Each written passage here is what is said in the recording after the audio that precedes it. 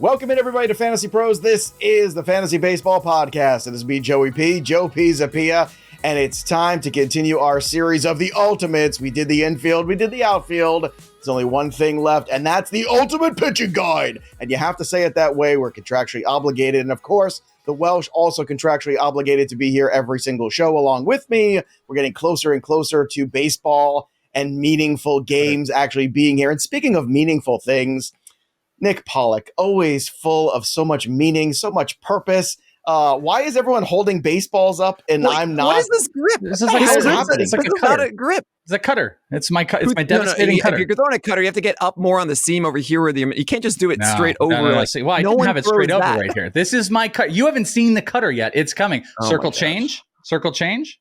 We're a minute into the show and I've already lost control. So this here is the we ultimate go, pitching show, Joe. We have to show off the pitches.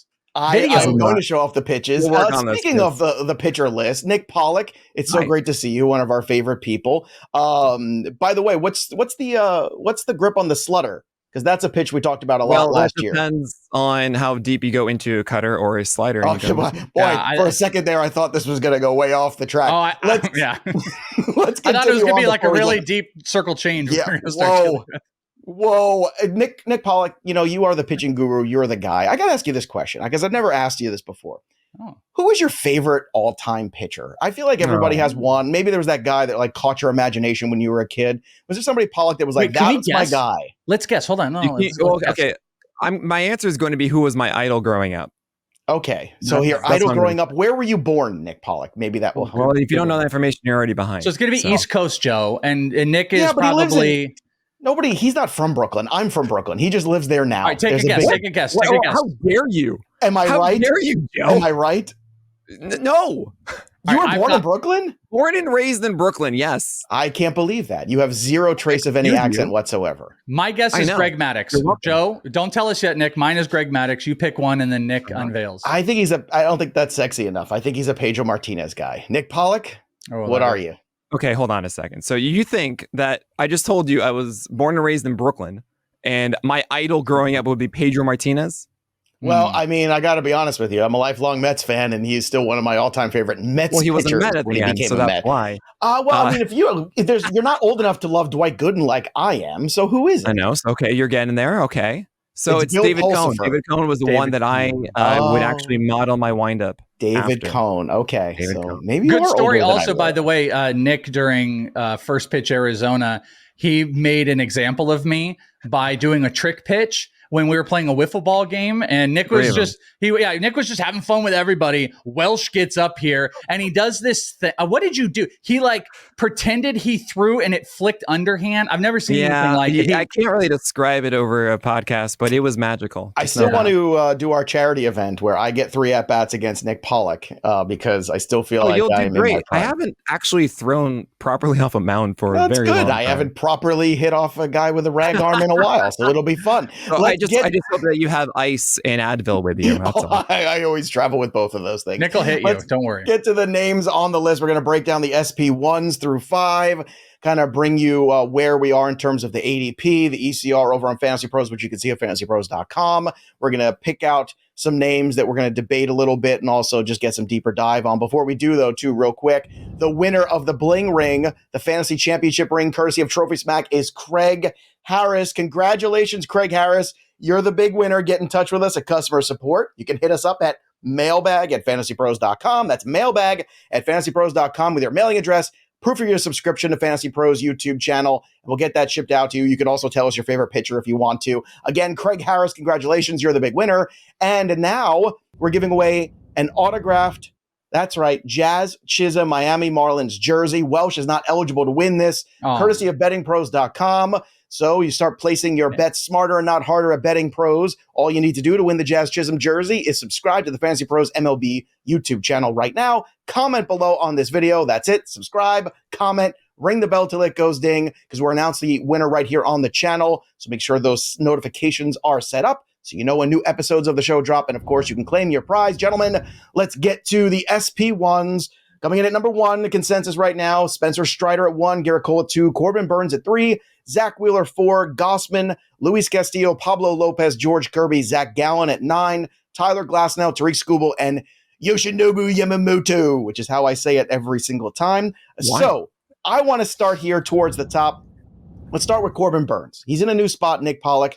How does that move to Baltimore affect him positively or maybe even potentially negatively in your mind? And is he worthy of this number 3 spot that he's currently occupying?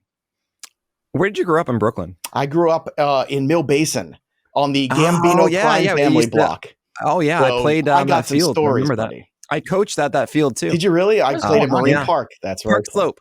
There you go. Anyway, look, it's two guys from Brooklyn with no accent. How did this happen? Well, yeah. If you want me to have an accent, I can do that. If you want me to do that, but anyway, I never want you to do that again. Nobody does. I would prefer if you never Corbin did. Burnes going to Baltimore helps him, obviously. Baltimore is a good thing for him. It's just a better situation overall. Mhm. I do think that there are simple changes that Burnes can make across his entire arsenal from last year that aren't asking too much. And it's always funny when we think about down seasons when it was still such a good performance. Yet if you rostered Corbin Burnes last year, you'll know it was a lot of ebbs and flows of disaster, and all of a sudden he was great, and then disaster, and it was very stressful. And I think it's pretty simple for him to say, okay, curveball was thrown a little bit worse than it usually is. Let's get that more in the zone than he used to. Have a focus of that, maybe changing the cutter slightly.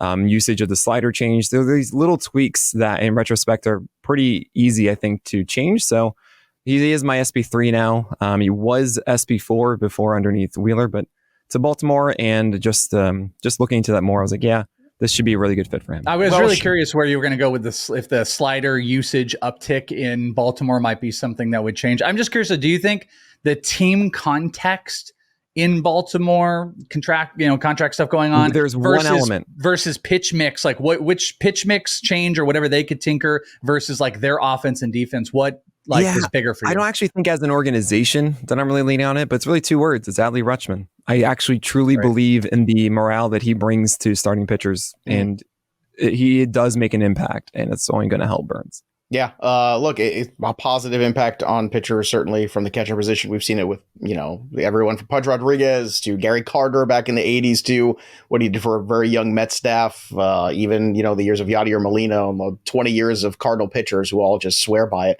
Catching does matter, without a doubt. I want to keep going on this list, too, because we've got 2 guys here pretty close to each other, Zach Gallen and Tariq Skubal. Skubal just hit 100 the other day in a bullpen session. I was reading that this morning. And then Zach Gallen, who, look, it's hard to find holes in Zach Gallen from last year. However, Welsh, I want to start with Gallen for a second, set these 2 up here. If you got the board to yourself and you can only pick one, my whole thing with Gallen is, he had the 210 innings, but then 243 when you factor in the 60 more that he had, throughout the playoffs there. Actually, it's 60 more than his previous high, pardon me, but 243 total for Zach Gallen. That is a big number for Gallen. Do you think there's any potential lag there? And then on the other side, we're talking about Skubal, who did not have nearly that amount of innings, and we're worried, okay, does he hit a weird wall when he starts to get up to 152 where he might fatigue? So Skubal or Gallen, who would you rather have in this SP1 tier? Yeah, I mean, not like being a homer, but it is Gallen. But I don't think I need to be a homer to be able to pick Zach Gallen here. The Diamondbacks have already discussed openly about the usage of Gallen. That's going to be something important, which I think one thing that's going to materialize is probably a lesser spring. And then, as he mentioned in conversation, this might literally just be about not pushing maybe one more inning or one more batter and trying to save where you can. They really built up their bullpen. But Gallen, to me, it's not Kirby, but there are these guys that don't have these really awesome, sexy strikeout numbers that I know we're all chasing, but we know we have innings. You have defensive support. You've got offensive support. The strikeouts are still there. There's no big major walk issues. I also have always loved about Gallen the way he's comfortable pitching behind, starting up with changeups. I think he is such a smart pitcher. I think it's impossible to bet against him. But obviously, Skubal was, in his short sample size, one of the best pitchers in baseball, best expected ERA in 80 innings last year, huge monster strikeout numbers. But I think you might be looking at a difference between 30 to maybe even 50, more realistically, 30 to 40 innings of difference. I think the team context is a little bit better with Gallen. So to me, this is clearly Gallen, but I understand the chase for Skubal this year. And I'm dying to know, Nick, where you sit on these 2, because I think these 2 are probably close in relative cost and close in what type of team construction you would want. Man, I have so many thoughts about these two. I don't think I'm going to have either of them rostered on any of my teams personally. When it comes to Skubal, it's fascinating to me how we care about his 80 innings, but we don't care about Cole Ragans's, which makes no sense to me because Cole Ragans is a better pitcher. And wow, Tarek you just Skubal, said that so effortlessly. It's easy. I want to talk about throwing hard. Ragans sat 96, and I talked to him in December. You can check it out on our YouTube channel. This wonderful hour-and-a-half interview with him, and he's throwing a little bit harder apparently. So yeah, he's really good, and he has 5 pitches as opposed to Skubal really just has like 2, where it's a 4-seamer that performed as well as any in the game, but all the indications are that its command and its and pitch shape are not actually elite. It was really the 2-tick velocity increase that really helped it, and obviously throwing 96 from left side is a very good thing for Skubal. So I'm not saying that Skubal is going to be bad. I don't see him as the 11th starting pitcher. Him hitting 100 in the spring, that's fine. I never care about hitting. I always care about sitting. He was sitting around 96 last year. Hitting 100, though, does show to me one concern I had about Skubal was that it was adrenaline focused the end of last year, and he wouldn't be able to maintain that for 2024. Hitting 100 implies that you are not sitting 93, 94 now. So that is a good thing for Skubal. It makes me a little bit more encouraged that he can still be very effective this year, but until he gets like a legitimate number 3 pitch, because right now it's just 4-seamer changeup. Skubal's slider is more like a cutter, which apparently he's working on. I need to see that to really believe in that one. However, Zac Gallen. I've obviously been a Gallen gal for a very long time. And the interesting thing about Gallen to me is he does not really have this overpowering 4-seamer. He has a whole approach that I call the Gallen method, which is low called strikes with 4-seamers and then a curveball and changeup that are so deceptive that look like that fastball of his hand that he gets all of these chases out of the zone on it. However, there's this new stat that we have called Striker, which is strike minus ICR rate. You probably don't understand it. It's fine. All it says is that does this pitcher throw strikes? And when they do throw strikes, are those strikes that get hit hard? It makes sense. As a pitcher, all you're trying to do is throw strikes and then hope that you avoid damage, right?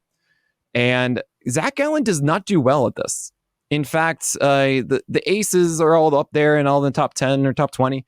The names that Gallen is around from last season, I'm not even kidding, right above him are Bryce Elder, Patrick Sandoval, David Peterson, Brandon Williamson, Zac Gallen, Rich Hill, Tony Gonsolin, Dylan Cease, Charlie Morton, Tyler Anderson. Not a fun crew. And what that tells me is he squeezed enough out of his fastball and his secondaries at the right times. I am a little worried because I think that it was a little bit more fortunate in that regard. I think the innings totals, as you guys mentioned, will affect him. It's hard not to. And it's a little bit more precarious than I want for a top 10 pick. Who would you pick if you had to pick between them, though, if you were forced? I currently have Gallen at 9. I'm probably going to lower that. And I have Skubal around 24. I'm going to raise that. Oh, wow. That's well, Skubal for me, it's again about the fastball's not going to be as good as it was. And the changeup is great. But he was so good last year. It's just like, that's not a large enough sample of that. And also a really bad schedule. It's going to be closer, but I'm going to go for Gallen just because of the historical showcase of him doing well with this. And last year he did go through a moment where he tried to go high 4-seamers. That didn't work. And then he got it back going downstairs. So it should be good. Also, the Arizona Diamondbacks defense better than the Tigers. And that certainly helps him and Merrill Kelly. Welsh, do you think that Pollack's just making up stats now like we did last year to him, X-Plug? Yeah, you tried to get me. Not going to happen. No, I forgot. I have a whole article on it. It's actually been acknowledged by so many people, so you should too. I'm just saying. Can you believe, by the way, that we threw a fake stat at all of the people? Why did you do it? Was that of Pollack the person that we threw X-Plug at? That's well, it was one of the many we did. He was one of the first ones. We're not gonna throw that past him. That was I don't know these stats. EP fastball of stats. Let's go to the newest toy in Dodger land. It is Yoshinobu Yamamoto.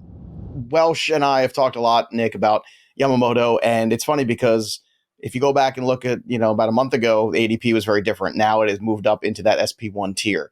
Nick, do you feel comfortable with drafting him there? I know some people are concerned a little bit about the size of Yamamoto, and I can see you're shaking your head, so you are not comfortable. That's where I was going to jump into it, because like I had this conversation about size of pitchers with my new best friend Justin Steele, and we were talking about the size of like the under 5'10" guys, and I saw Yamamoto in camp, and he is one of the smallest pitchers I've seen in person. But like, can a guy with elite extension, can he overcome, like, is the intangible the thing that can overcome what literally doesn't really work in baseball? Is pitchers his size holding up? I'm going to give a very, very quick basic understanding of pitch shape and what matters, because I essentially went through this offseason a ton, and I hate myself for waiting as long as I did to really have my enlightenment with it. Huge props to Kyle Bland creating our pitcher list pitches app that allows me to actually visualize this and understand it better and give like averages and percentiles. So there are 4 aspects that really matter outside of location. Okay, for really just for fastball shape. It's velocity. We know that one. Throw harder. It's better. Awesome.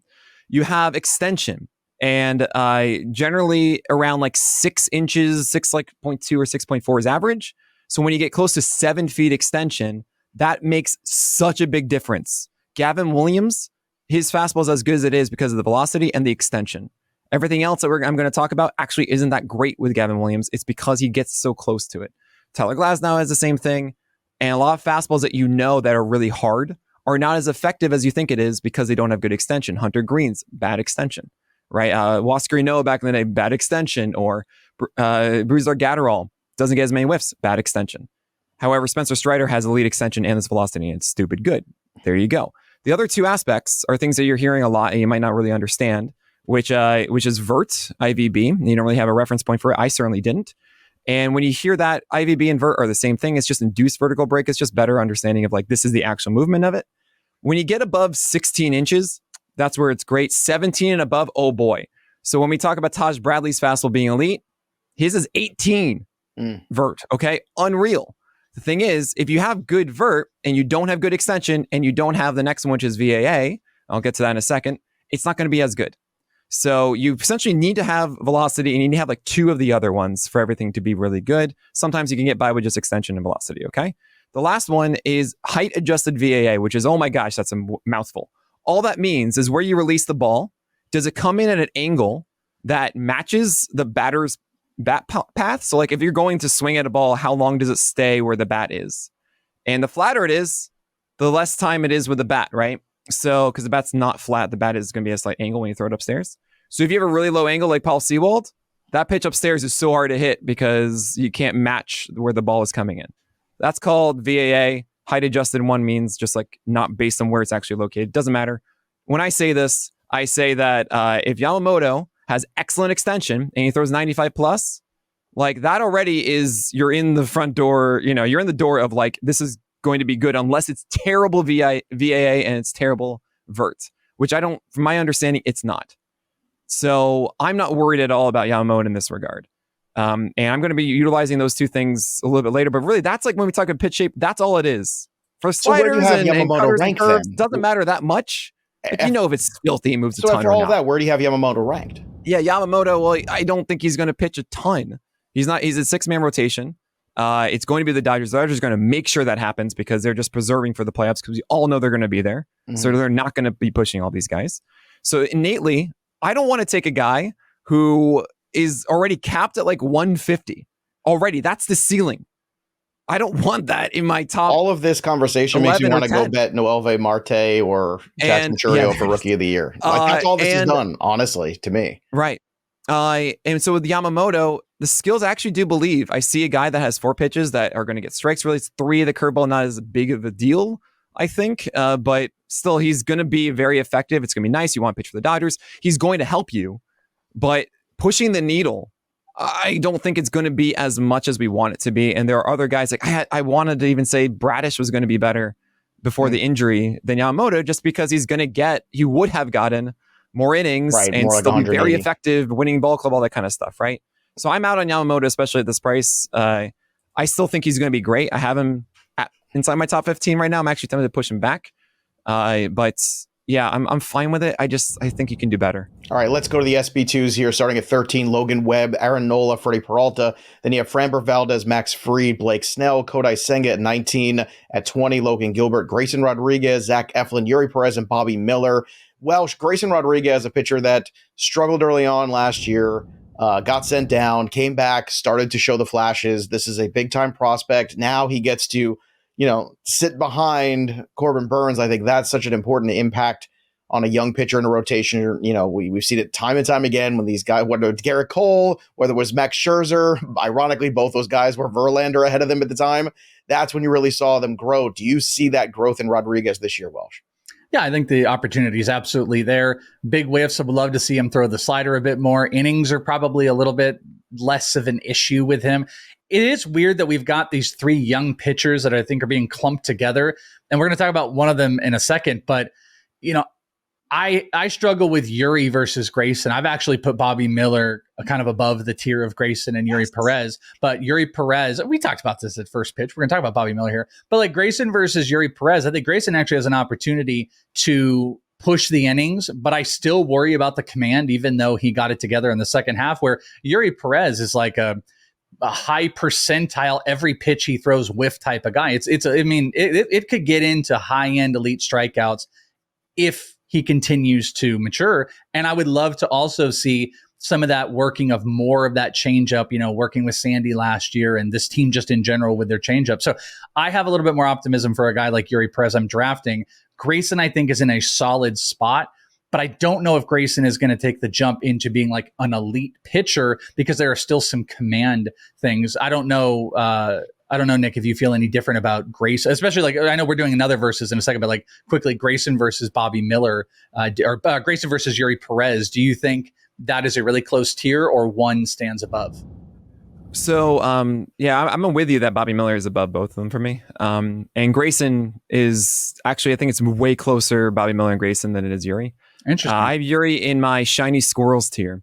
And that's coined from Rob Silver giving me some criticism in 2019 that I still take to heart of.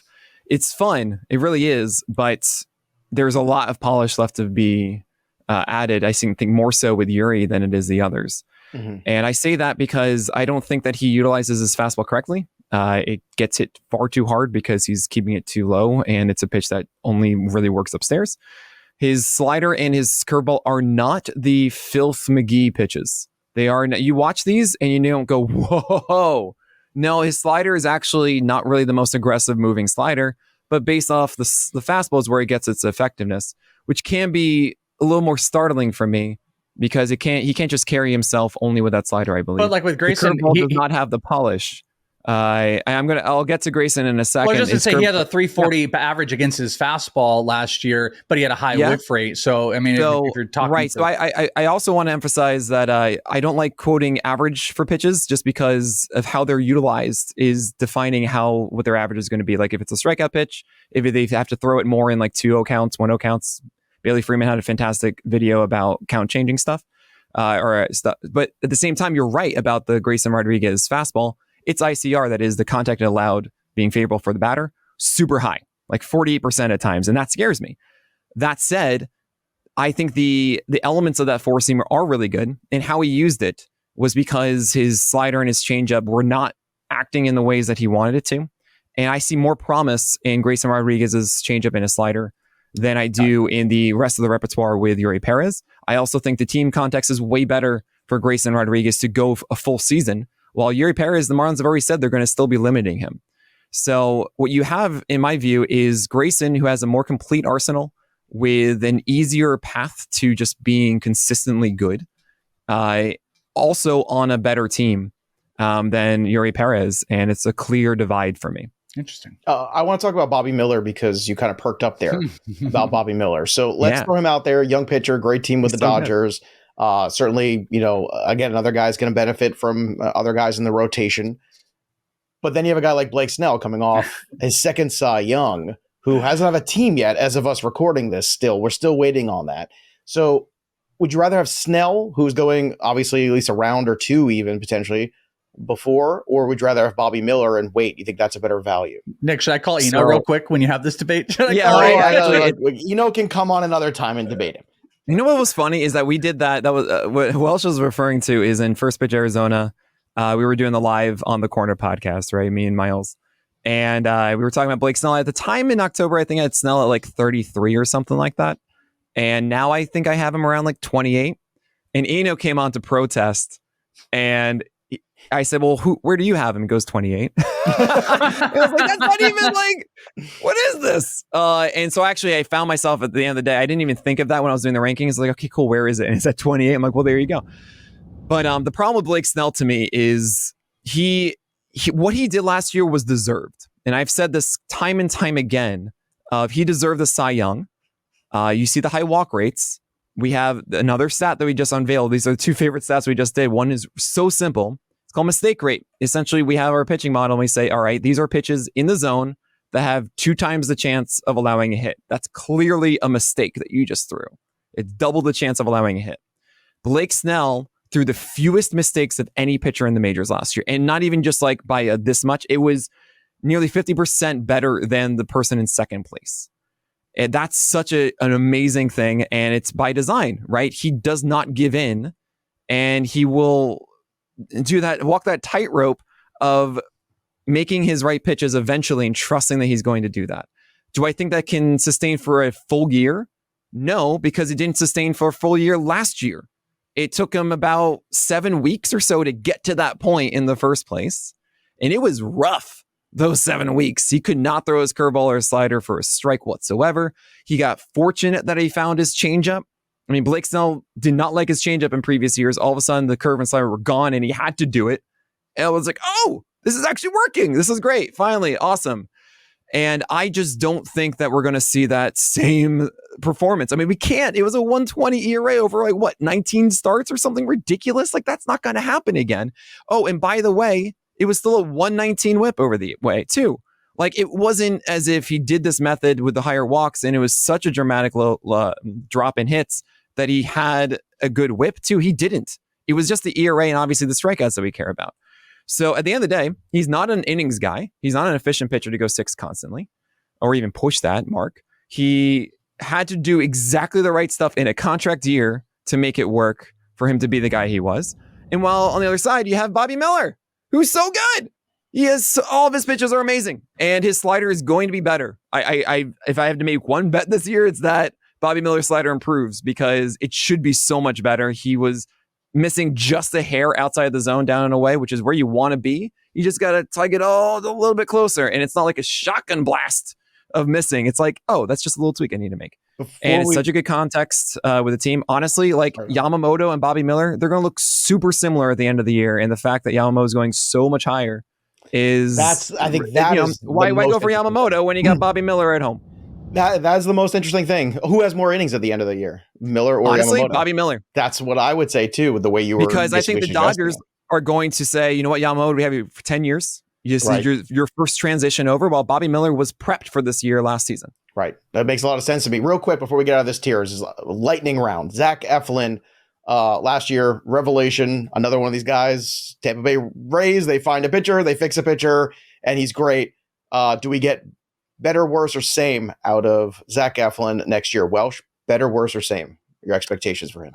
I think slightly better. I don't think I'm in the camp of like the insane projections of like, I think it's like ATC or whatever it was. It was like 11th pitcher auction calculator and stuff like that. But yeah, I mean, the Rays tend to make these guys better. He's going to be a workhorse. But I don't think he's going to take an exponential jump where he is SP 10 or 12 or something like that, where projections are. So I'll say slight boost. Nick, how can he be better? And that's the thing is, like, I look at that last year and I see Zac Efflin squeezing everything out of what he had, to the fact that even his four-seamer, which is by all metrics horrific, all of a sudden was effective for him because he threw it 75% of the time in 2 strike counts upstairs, and he got swinging strikes on that and got some strikeouts. Like, he found a way to make that pitch work for him. So I see a season of a guy finding a cutter that the Rays taught him, doing the most he could possibly get out of it. There's no way there's another level. I mean, I guess maybe the ERA could be more fortunate than a 3.5, but I think that you're going to see a worse season. That doesn't mean he's going to be bad. I actually like Efflin more than Yuri Perez, for example. I have him around 20. That I can understand because you're also getting a guy who's going to give you more innings potentially, and as you said, maybe a little bit more polished. And, The ATC thing that you're seeing, or the high projection, that I get, because they seem going every 5 days and averaging six a game. That's getting that on a winning ball club and you're a good pitcher means you shouldn't get 10 wins. You should get closer to 15, right? And that's going to push up all of those player raters, all of those auction calculators a ton, because just the difference of one win is such a massive boost. Yeah. All right, let's continue. So that's why you have here Efflin there, and then he's good. To the SP3 group here, starting at 25, Jesus Luzardo, Joe Ryan, Justin Steele, your new best friend Welsh, Joe Musgrove, Cole Ragans, Tanner Bybee, Dylan Cease, Sonny Gray, Walker Buehler, Justin Verlander, Chris Bassett, and Hunter Greene at 36. So let's start Ragans, because that's the guy that you're super excited about. So he is all the way right now being drafted as SP29, according to FantasyPros.com. Again, you can go check it out there. Also, while you're there, you might as well check out the draft kit. It's free. So tell me about why this ranking is so wrong. Cole Ragans is a unicorn. He throws 5 pitches that are all fantastic. He throws through 96. Why was he traded? I guess that's my whole thing. Because the Rangers, whatever. Okay, so there's 2 parts of it. But I mean, there's an organization that could use some young pitching. I understand they went all in, they won the World Series. Like, I get that, but at the same time, if he's, and I know, Nick, when you see these guys traded. If I'm going to try my best as an analyst to say that all organizations are making the smartest moves for them, then we're not going to have a good time. That's the White Sox traded Fernando Tatis for James Shields. So he also, but that he was very young at the time, and it was very projectable at the time. It was still very down the road. We're talking about a guy that they traded and went off. So it went off to an extent that Nick Pollack is so excited about him right now, right? That might just be a developmental thing, though. That's the tough part. That actually might be a criticism to how to develop over a few starts in season. It's not like they had him for a year in the organization and turned him around. For a Rangers team to look at him and then a Royals team to get a hold and unlock 4 miles per hour velo and have him be able to utilize, this guy needs to start throwing a slider, that maybe shows something to the hands-on pitching development of maybe, hey, let's just let these guys who have the stuff do it instead of let's get this guy into the best place. I'm playing devil's advocate, but I'm doing it for a reason, because we've seen this before where a guy gets traded and all of a sudden he pops for a short period of time, but then it doesn't follow up. It has happened many times. So I want to know why this is different. Okay. There's so much misinformation getting thrown around here. I need to correct a lot of things. Where's the misinformation? Wow. I know. Okay. Right? Of course, you wouldn't say things that you would think were not were misinformation. Okay. So first and foremost, the story of Cole Ragans is pretty simple. He was throwing 92 in 2022 with the Rangers. Worked with Tread Athletics, who actually already had started to unlock his velocity in the offseason. The talk of the town in Texas in spring training was Cole Ragans, because he was throwing harder. He was looking really good. It's exciting. Then he actually made some appearances in as a reliever. I remember one specific one. If you follow my SP Roundup during the season, you'll go back and look at this blurb where he had an opener. He came in and he threw 4 innings sitting at 96 and actually being at the top of the zone as a Ranger, I believe back in April. He didn't do well in that start because he didn't have a slider yet. And he was still kind of raw with figuring this out. And he had not essentially gotten the time in the development to get to that place.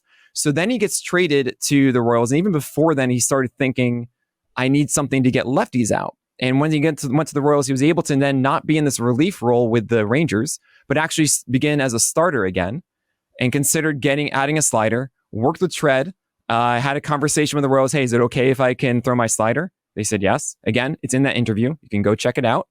And he started to throw this slider, which all of a sudden not only was a lefty killer, but became a major strikeout pitch for righties too. And it wasn't necessarily the Royals being like, cool, we're amazing and we figured this out. It wasn't necessarily the Rangers being like, oh, I didn't know that he had all this stuff and we didn't. It was him on his own going to Tread and figuring this out. And then the Rangers not having a situation where they could push him as a starter to then get to that point of saying, hey, look, we should maybe develop a slider with you. So it just happened to work in that way. Should the Rangers have maybe been a little bit more invested in Ragans before the trade? I think so. I was very intrigued by him before the trade. The long story here is that you see Ragans do well, and you can do this 2 ways. You can do it as, well, here are the numbers, and that just doesn't seem sustainable because he wasn't as good before, and now he's this, and that just feels like it's not real. Or you can be like me, who watches every single Cole Ragans start live streamed with my community and breaks down every single pitch he throws. And as someone who has watched a lot of pitching in my day, I see this guy and I go, oh my gosh, this is so good and so real. And it's amazing. He throws, at times it's 99, 100 miles per hour from the left side with a cutter to debilitate right-handers inside when they want to send that fastball, and a legit cutter he trusts in 3-2 counts, and a gyro slider that beats him back foot, and a curveball he goes for strikes. And of course, as I mentioned, he has this tool against lefties now. I don't think all of a sudden we're going to see Cole Ragans just not have these skills next year. If anything, I would actually suggest it's more sustainable. You're going to see the walk rate that is 9 to 10%, 9.7, I believe it is, for Ragans last year. But then you also remember that he had these starts the Royals should have pulled him, where he walked 3 Jays batters in a row in the 6th inning. How you do that over 90 pitches and you're not out by the second batter you walk is beyond me. Then you have the start against the Astros. He did the same thing again and they didn't pull him. And all of a sudden, wait a second, in a small sample, 6 walks like that, that's going to make your walk rate look at 9.7% instead of like 7 or 8%. That's the difference. Mm-hmm. So I think anyone that's overlooking Cole Ragans and wants to go after other risky guys, and just saying like, well, no, it's just so not sustainable for the small sample. I think this is one of the guys I look at and I just go, no, this is the real deal. Well, I don't think anyone's is he going to be an ace him every single time? No. Okay. But this is the kind of guy that I absolutely want inside my top 20. I actually have him at 14 right now, and I feel very good about that. I guess the point I'm making is that no one's overlooking him, number one. Number two, this is all anybody wants to talk about. At 29, they are. At 29 so far in the ADP, but if you out there in the streets right now in the fantasy baseball community, it's the same with the football. We talk about a guy, next thing you know, that 29 becomes 19 in 2 weeks. Should. And maybe it should, but I guess the whole point I'm making is it is a smaller sample. And if we're going to kill guys sometimes on smaller samples, if we go back and look at the minor league track record of this guy who had a 3.72 ERA, over 260 innings and a walk. Why are we doing this with Hold on, wait. I let you go on the diatribe for like 20 minutes. I get like 5. Fair enough. I get 5. 4.1 walks per 9, right? In his minor league career. So I'm not saying a guy can't go on his own and get better. I can't say a guy can't go and learn a new pitch. We all knew what Randy Johnson was, when he was in Montreal before he went to Seattle, and then, how things evolved and changed for him. He came one of the greatest pitchers of all time. I'm not saying that he's Randy Johnson. He's going to become that either. I'm saying is, I feel like we're in a tenuous spot here. And Welsh, I let you be the guy in the middle here, because where Ragans is currently being drafted, to me, it feels like a spot where, yeah, he still kind of has to be the guy, quote unquote, that you think he is going to be in the top 30 pitchers, because he's going right around guys like Joe Musgrove, who have already shown you, they were in the running for Cy Young 2 years ago. Yeah, it really is going to also depend on risk management versus what you're trying to do in constructing. I think from a fantasy construction standpoint, I won't speak on Cole Ragans. Nick proved we're not allowed to speak on Cole Ragans. We're misinformation. We don't know what we're talking about. Well, we can't speak out of school. And I like Cole Ragans. You can't just speak good information. Not that I don't like him. You've got an amazing information about him. However, it feels like at the same time, like all we want to see is the positives. And I'm saying, whenever a guy gets dealt and all of a sudden, pops off like that, to me, it's one of those things. Well, that's very surprising. When you see a young pitcher or anybody get dealt in season and all of a sudden become a guy like that, organizations I think he's well worth the risk. It's very odd that they make a mistake and it happens like that quickly. I think he's well worth the risk in what you're doing with fantasy, getting outside of all the minutia about the pitcher that he is and how good he's going to be, and all of the inner workings, like from just the pure fantasy perspective of like roster construction. I think he's wildly underrated, and you have to take shots in what you're doing in constructing a rotation.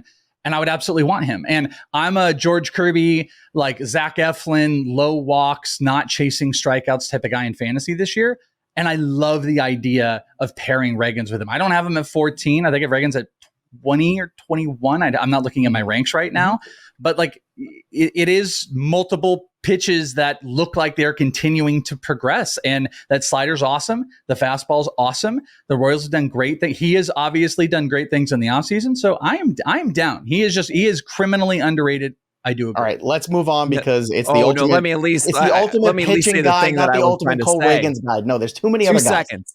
All I'm going to say is that you say that small sample of Ragans, and then there's all these other small sample guys that everyone's jumping on and said, Tarek Skubal, why are we not doing the same thing to him? But I'm Jesus Luzardo, you're saying the same thing. Just had his up and down, and it's Skubal, like, but then you're saying Reagan, and I understand there's an ADP difference I'm putting them closer to each other. And you're right, they should be closer to each other. I agree with you. I think also you're arguing against us like we are the 29. I'm not the 29. Like the ECR, the consensus ranks that has it at 29, all agree. It's all around agree. It's too low. I don't think Ragans is far from Luzardo. I think too many people weren't having the Ragans Skubal conversation. I completely agree. We are not the ECR, so we are with you on that. So anybody listening and understanding, I understand honestly, I'll take Justin Steele over all of them. But let's move on to the next grouping here. Walker Buehler versus Hunter Greene. Let's keep this simple. Walker Buehler, Hunter Greene. They're both on the board. Need a pitcher. Welsh, who do you want? Oh God, a catcher. I'd rather go a catcher probably. No. I think I'm out on Buehler. I think I'm out on Buehler. I can't mess around with it this year. I'm optimistic about Hunter Greene adding the curveball and I think at the splitter, just trying to get hitters off the fastball a little bit, making it a little bit more efficient. That's what he did with the slider. So I'm down with that. I don't love Hunter Greene, but I really don't like the injury stuff with not only everything we talked about earlier with the 6-man rotation and guys not getting innings, but him not starting. I can't do the Walker Buehler stuff this year. So I guess I would pick Hunter Greene. Buehler or Greene, Pollack? In under 30 minutes. Yeah, I got you. Don't worry. You're not going to listen to it anyway. I do listen to it. I listen to it. I understand that he'd been working all season on it, and then he got to show his toy, and now the league's going to see it, and they're going to adjust to him. I get it. I've been around a long time. I've seen this. Walker Buehler, Hunter Greene. It's pretty simple. If the Dodgers are actually putting Buehler on the IL 100%, Buehler, I don't know. Actually, this is something I was thinking about, is considering he's still not back technically from Tommy John, is it actually going to be an IL stint? If it is, then yes, I'm so in. If it's not, that means that I need to actually have him on my bench, which is terrible. I don't want to have a stash for 6 weeks or something like that. That roster spot is so valuable. On the other side, Hunter Greene is your perfect example of a high stuff guy who does not have good command. And in my view, those are what I call cherry bombs. And you're never going to get to a place as a fantasy manager where you feel confident in Hunter Greene every single start. It's going to be really good, then really bad, then really good, then really bad. And I hate those guys. I don't know what to do with them. Those are league killers in my view. So I actually have Hunter Greene so far down my rankings just because I can't believe it and whatsoever. And there will be amazing sparkling starts, but I'm just not going to do it. So I guess just in the chance that Buehler's on the IL, I'll go with him. I'm looking at some pitching one-year wonders, some great names on this list here. Mike Fultonevich, Brian Mattis. Oh, these are like the guys of yesteryear. I just wanted to see like some guys maybe that kind of popped out of nowhere. We'll see what they are. Daniel Norris. Remember the Daniel Norris year? That was something. Yeah. All right, let's continue on here with the next grouping, the SP4s. We've got Chris Sale at 37, Merle Kelly, our boy Merle, and then 39, Jordan Montgomery still looking for a team. I don't know why Jordan Montgomery's so low on this list. I just don't understand. Michael King, my favorite thing ever, at number 40, Bailey Ober at 41, Mitch Keller, Carlos Rodon, Welsh's best friend, Shane Bieber, Gavin Williams, Hunter Brown, Yu Darvish, and Jose Barrios. So let's start with Michael King. Nick Pollack, Welsh. Look, Welsh and I have talked about Michael King a lot. I feel like, Nick, I'd like you to talk about Michael King, and I'd really like you to say nice things, because if you don't, you're going to make us very depressed. Well, I love Michael King. So yay! See, we can all be friends again. See that? Of course we can. And Michael King is a fantastic command pitcher. Such a cute upset face. I love it. It's my favorite thing. Go ahead.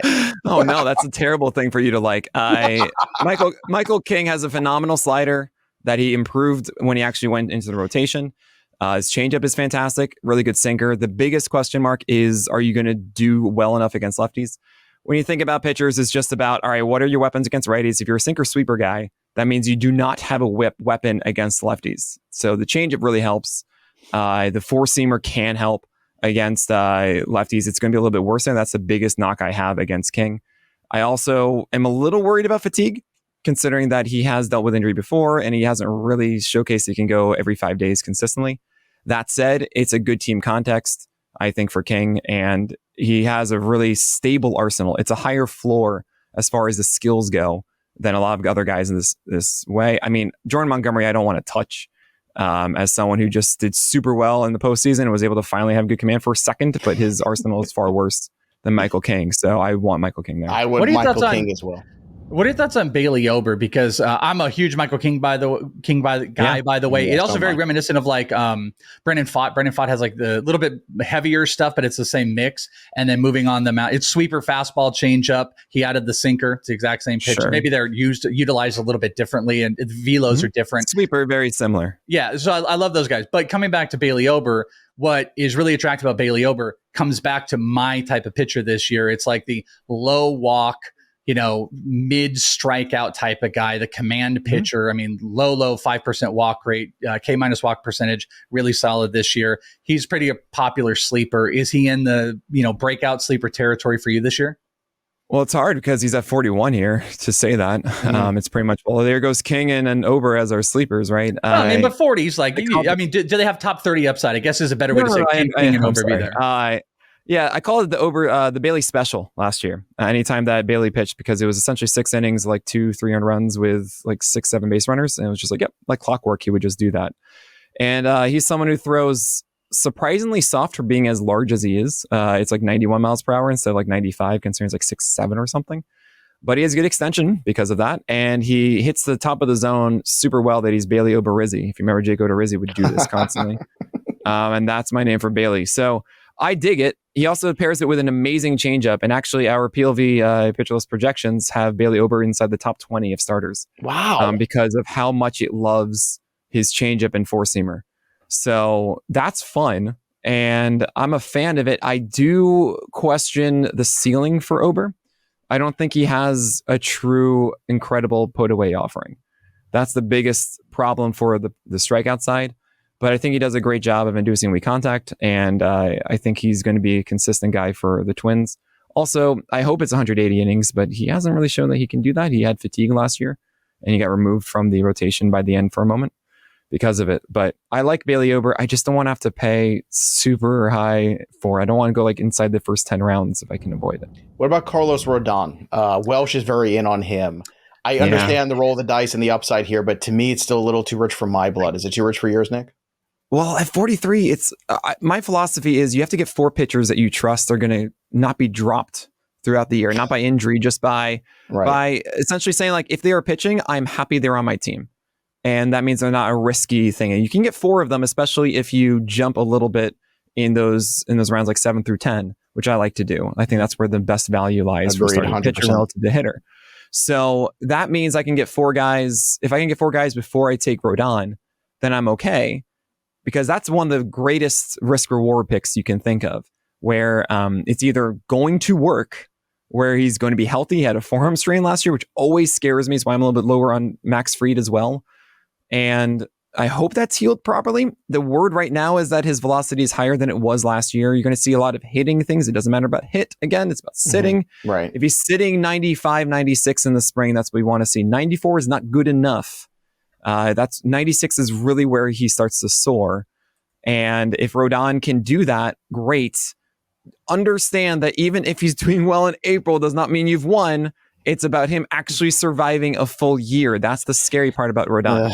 Yeah, so it always will be. I like taking the chance because this is an impact play. And you will also be able to know if it doesn't work early, if his velocity is still down at the beginning of the year. Let me rephrase that, Nick. Would you take that risk? I understand taking it in a snake draft. Would you do it in a salary cap league where you're spending more? Yes. That's a little more dangerous, isn't it? It depends on where the dollar value is on that, right? Yeah. I would be more hesitant to go after it in those because I think there are a lot of really good value starters that you can get and that you would normally be able to get. All right, let's do a versus here at SP4. Mitch Keller, who was fantastic for the first half of the season, and then the wheels came off, but the strikeout rate did stay. Or Yu Darvish, who we've seen be terrible, bounce back for a great year. Welsh, who would you rather have, Mitch Keller or Yu Darvish? Oof. You know what always stands out to me? When I was getting to hang with Corbin Carroll, he had said, we'd asked him, like, who is the nastiest Hold on, wait, I got to pitcher? pick up this name you dropped. Wait. Yeah, no, okay. I'm going to do it anytime I can. Yeah, I don't have the accolades of some on here, but I can mention a couple names. Carroll it's good that he's said, short because he's not very heavy when I pick him up. We asked him, who is like the nastiest pitcher you faced all year? And he thought about it for a second. And then he was like, you know what? He's like, Mitch Keller. He said, Mitch Keller, he's like, his performance wasn't great, but you didn't know what the hell was coming at any point. all of that said, I would go with you, Darvish, because I just don't trust Mitch Keller. It just stood out to me. But Darvish, I just like, I have a hard time betting against him. The health was weird last year. I kind of want to buy back in. I think he's like really cheap. So I'll go Darvish. It's the age that concerns me. It's like, he's this guy who keeps getting off the mat time and time again, you Darvish. And, you know, I've been fooled before and I almost feel like I'm going to get fooled this time. But Nick, I mean, when the age starts to creep in, maybe there isn't a bounce back here. It's kind of funny. You say you don't know what's coming and you weren't talking about Darvish. Like he's the king of how many pitches does he throw. What's actually interesting about Darvish to me is I've been beating the drum a lot about, hey, Darvish, you have these 10 pitches. In actuality, you don't need to learn anything new. You have elite pitches inside of this. It's just about 4 of those. And I very much believe there is a blueprint with Darvish's arsenal that is elite. What we saw last year was him figuring it out and acting more like a canvas of just kind of, what do I have this day? I'll figure this out and try and go from there. Leaning too much kind of sinker sweeper. And there were starts where all of a sudden it was 4 seamers upstairs. It was a cutter for strikes. It was a gyro slider and the sweeper and then the sinkers at the right times. And it was glorious. And that is still there. And also the injury that he had was removing, I believe it was bone spurs from his elbow, which is the best thing to hear. That is always good. That is not damage that you want back. That is him making himself better instead of like the UCL tear, which is you're going to get a worse version of this tendon now that it's broken. So I'm a huge believer in Darvish. I have him inside my top 35, and I think he's someone that I trust the entire year. So and on the other side, it's Mitch Keller with literally one of the worst fastballs in the game. It doesn't matter the velocity of it. Its shape is what we call a dead zone fastball, and it gets destroyed. Now, the cutter, when he's able to locate it, is great. Sometimes the sinker can set up well. And there are many times the slider is filthy. But I don't actually see Keller as a consistent command guy. I don't think his approach is that great. I don't have as much faith in the Pittsburgh Pirates to really figure it out. Maybe his work with tread is going to help and bring it over. We did see an improvement last year from Mitch Keller, but there's still too much to fix in a worse team context. And that has me favoring Darvish. All right, let's go to the SP5s here. These are the guys going outside of the top 50. I'm not going to run through the names. I'm just going to highlight a few. I want to start with Imanaga because Shota Imanaga is going at the 61st pitcher off the board. And Nick, you mentioned before the show that you're high on him, and so am I. I look at the difference between Yamamoto and Imanaga, and I'm looking at I think they're close in terms of stuff, quote unquote, but I think in terms of what you're getting on your return on investment, I think it's a no-brainer. I think I'd rather in redraft have Imanaga. So you tend to agree with me here. It's not even close. The Cubs got the greatest free agent signing of this offseason, and it's not. I don't understand it. Actually, very little fanfare too. I feel like too. It's absolutely bonkers to me. Right. The WBC, Cyrus is Stuff Plus. Mm-hmm. Everyone that pitched in that, Yamamoto was number 2 in Stuff Plus. Imanaga was number 1, and that's not in command. That's just in stuff. And the reason for that is I was talking about those fastball shapes. Yeah, vert, super high. VA, excellent. Extension, excellent. Imanaga has it. And guess what? He has command. The market inefficiency is command. We talk so much about stuff, but those that actually have above a threshold of good enough stuff with command are the ones that are actual aces. And Imanaga, we know, has stuff, and he has good command. This is a guy that is just set up to succeed, and you're going to say, oh no, the fly ball rates, the home runs, that's what we're terrified of. Lance Brzezowski has a fantastic chart of where his 4-seamers were located, and in Japan, it's not actually that you're not as incentivized to go high with 4-seamers. You actually, because they're not home run guys, you can go around the zone much better. In the majors here, you want to go upstairs, and his 4-seamer is made for it, and he can do it. It wasn't like he located differently because he didn't have the command of it. Like he just had a different approach.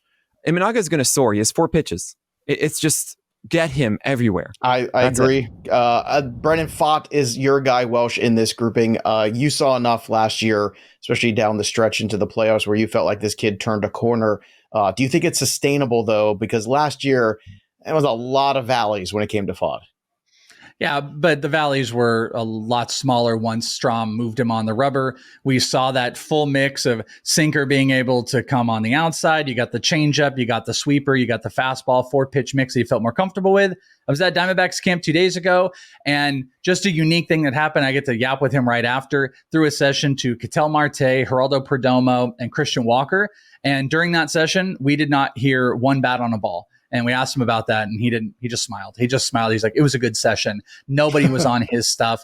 I think he's primed. I don't think he's going to be some ace or anything like that, but I think they made the proper changes for him to utilize the guy that went 180 in the minors, lead the minor leagues in strikeouts, and he can be a really good SP. I think he can be an SP3 in fantasy, which is along those lines of being an SP 25, 30. I think he can get there, but it could fall apart because he's got home run problems for sure. Just out of curiosity, I was looking at this 1 year wonder pitcher list. It's not from Pitcher List, but actually you should put a pitcher list together, the 1 year wonders. Were you a Dinelson Lamet guy back in 2021? Oh, that was so fun. Him 2020 was just, we always knew that he had the best slider, but then all of a sudden going from 96 to 99 was stupid. I wish I knew all these things about fastball shape when we had that data back then, which we didn't. Have you gone back? That'd be fascinating to go back and look and see, were these guys really as good as they were? Well, right. That's actually one of the fun parts for me of this is understanding my assessments of these guys and seeing what I missed and what I didn't and how shape has changed and stuff. Also, sticky stuff was a big part of it, keep in mind. So Walker Buehler's four-seamer used to be elite, and now it's not, and that has me a little bit more worried too. I want to ask you about one guy because I talked to him the other day. It was Bryan Woo. Everyone's made a big deal about the fastball, and I asked Bryan. I said, "Are you going to add any pitches?" And he went, "No." He's like, "I'm not doing anything." I'm like, "You're not going to do anything?" I said, "What about the splitters?" I'm like, "All the dudes. You got Kirby and you got Gilbert." And he looked at me and goes, "I'm not joining the splitter mafia." Yeah. And then we had a little bit more conversation. And I loved that quote, the splitter mafia. A lot has been made because splitter is kind of splitter's this year's sweeper in the new edition. So I was just curious if you think Woo is fine enough in that and no addition to what he's doing with the fastball. Okay. Are you saying this because of my whole stance on splitters? Is this the... No, just everybody's adding a splitter. And it was just my favorite quote. It was my favorite quote. I love that. Splitter Mafia is great. And I love Woo more because T-shirt of it. pending. We get to make that one, Welsh, though. Don't let him make that T-shirt. That's ours. I'm not going to make them out. That's yours. Don't worry. That's true. I can come up with my own things. Thank you. No, I actually just did an episode of The Craft with Ina before this, and we talked about Woo and Bryce Miller throwing splitters or not, right? And actually, I do think that Woo could benefit from a splitter, but it's not a necessity. I see splitters as they fill a certain need, and what that is generally against opposite-handed batters, it gives you a put away pitch. That's what they do. They are not strike earners. And if you are a pitcher that needs strikes against opposite-handed batters, splitters are not it. Sorry, Bryce Miller. Okay?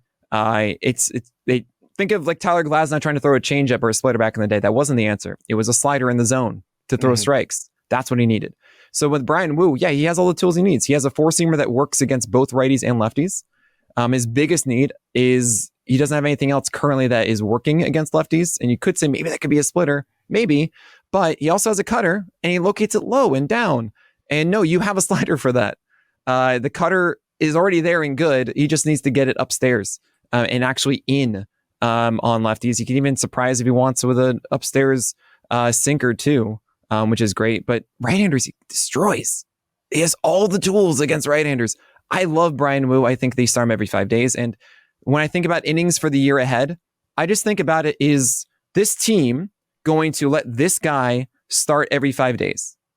And if the answer is yes, then we say, great. At the minimum, that's 5 times 30. So that's 150. And then let's say he goes to 6 innings a start. That's 180, and that's 30 starts. And he's going outside the top 75 guys right now. Right. We're looking, which is crazy. It's an overall top 75? No, he's 54. He's 54. 50, I'm sorry. Woo is 54. I'm sorry about that. I'm a big fan of Woo. I have Woo around 35. So I'm very much in. I don't think you're going to drop Bryan Woo at all. His four-seamer has more whiffs than Bryce Miller's, guys. He's a better command pitcher than Bryce Miller, and I trust command pitchers who have good stuff. I have a question for you, Nick. Who is the best in that Seattle rotation in terms of fantasy return on investment? Because you've got legitimately some really good guys in that rotation that we all like. Is Woo the best return on Okay. I mean, I enjoy George Kirby. I'm a believer in that. I thought that I was going to be able to get him like much later, but now all of a sudden everyone is in on that. I blame Welsh. I can all blame Welsh. I mean, I had him in October at like 7th or 8th, but I didn't think that would actually influence things, and I don't think that's what happened. Logan Gilbert, I'm not in on because I don't actually think he is a good command guy. He gets strikes, but he doesn't know how to locate his fastball. He just chucks it, and then sometimes he got his slider better, but then it's just weird with Gilbert. Castillo's awesome, but he's going exactly where he should. And between Bryce Miller and Bryan Woo's going way later, and Bryce Miller's going too early. Fair enough. Last question for you, Nick, and it's fantastic stuff. I love every year when we get to talk to you on the show. It's my favorite things, and you're so great to make time. And yell about Ragans. And we yell about things all the time. Alex Fass isn't here to yell with us today. That's the only thing we're missing from this show. But last question: outside the top 75, who's that guy for you that you keep saying, "This is my target. This is my dude"? Yeah, I mean, okay, if the Twins actually say like Louis Varland is starting, go get Louis Varland, but it doesn't look like that's happening. Okay. Kutter Crawford is someone that just keeps popping up in our models. He finally improved his cutter, thankfully, so now he has his namesake. But the way that he utilizes his slider as well is way better now. His four-seamer is excellent. He has a lot of those good metrics we were talking about too for fastball shape. He's in that situation in Boston. He's locked in that rotation every 5 days. And he's going to get a good amount of wins, and he's going to go like 6 innings and get you 25% plus strikeouts. Like, wait, hold on a second. We want this. Kutter Crawford to me is that guy, and I'm ensuring I have him everywhere. It's funny, Welsh. Pollack mentioned Taj Bradley. That's my guy outside of that top 75 that I just think was just rushed last year. Like he was literally like Dante from Clerks. He was not supposed to be there, and he got thrown in a little bit before he should have been, and he wasn't quite ready. And I think with the proper mindset this offseason work out that he can get to that high level. He's a very talented young man. His cutter disappeared. He lost his cutter. He lost his cutter, and he had to go back to the minors. And when he was down there, I remember I was doing that. He wasn't good in the minors when he went back there too. He struggled there too. Me and Eno talked about it for like, I think 3 weeks because he stopped throwing his cutter down there because he said he lost it because Eno got to talk to him that he had lost his cutter. And then we were just all speculating, what's going to happen when he comes back? So that was kind of an odd one. What's really funny about that? It's the Rays said like, hey, cool, we're gonna make you focus on fastballs, and that's why he lost his cutter. Yeah, that's a Rays thing. Well, I mean, I'm not gonna argue with the Rays though, because the Rays continuously get the best out of every pitcher that they touch. So I'm gonna trust the process there. Welsh, who's your guy outside top 75? Yeah, just quickly, Pfaadt is not outside the top 75, but he's just one of my guys. He had the highest K percentage from July 1st on, and he had the best year-over-year whiff percentage change of any starting pitcher. So I love Pfaadt this year, and I love Bodie going there and doing stuff. So I'm big on him.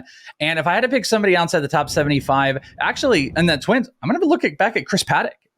Chris Paddack is going to push on some innings. I'm interested to watch him in speculation. But did you hate him because he was a 2-pitch pitcher all these years? Isn't that what your big thing about Paddack? But I also want to see like what happens in spring. Did we fix that? Okay. Like I'm saying speculation at this point. I don't know if I have most of the guys outside the top 75. I probably have in the ones that I really like. Nick Pivetta would be one that I have like really high and that I'm into. But I don't know. That's one that has piqued my interest. I will also say Michael Wacha, by the way. Michael Wacha threw a session yesterday, 2 days ago against the Royals. He made Bobby Witt. He just had Bobby just flinging around 2 strikeouts. No one could get any contact. Yeah, Wacha and Lugo are like free. I got them in our drafts that we've been doing. Those are my deep league sleeper guys. I don't understand. Like I get there in Kansas City, but at the same time, like guys, these guys were tremendous last year. Like for free, I'll take a shot on them for free. Yeah, I mean they're bordering what I call a Toby, which is do they push the needle enough? And is it worth it in your drafts to go after them? But if you take both of them and one of them works, then again, the value is still there. What is working though, right? Like, is it more than a streamer? Probably someone that's not. Like, you want to take that chance as a flyer? I'd rather go for DL Hall at the end of my drafts, and maybe that works out in Milwaukee, right? That's a bigger impact if it works out. Wacha looked great. He looked great. And also Chris Paddack, I looked up on the whole. Oh, cool. He must have had a really good fastball before, especially last year when he came back. Terrible fastball. And it's actually not nearly as good as I want it to be. He's throwing harder. It was in the pen, but as a starter, I'm very worried because I think the fastball's velocity is going to drop. And then it's a Vulcan change, which is not consistent. His curveball was always terrible. So I am interested to see what he looks like. I'm not as in on that one, but Pivetta with the Whirly Bird sweeper. Oh, he's in my top 40. I love him. All right. Great stuff, Nick Pollack, as always. It's so fantastic to have you on the program. Make sure you go to pitcherlist.com and check out the amazing work. I mean, nobody breaks down pitching better than Nick and his entire team there. We're always so grateful to have him on the program. Obviously, we tried to get to as many pitchers today as we thought were really the controversial ones, as you could tell, or the guys that we really think needed conversations. And there's nobody better to have those conversations with than you.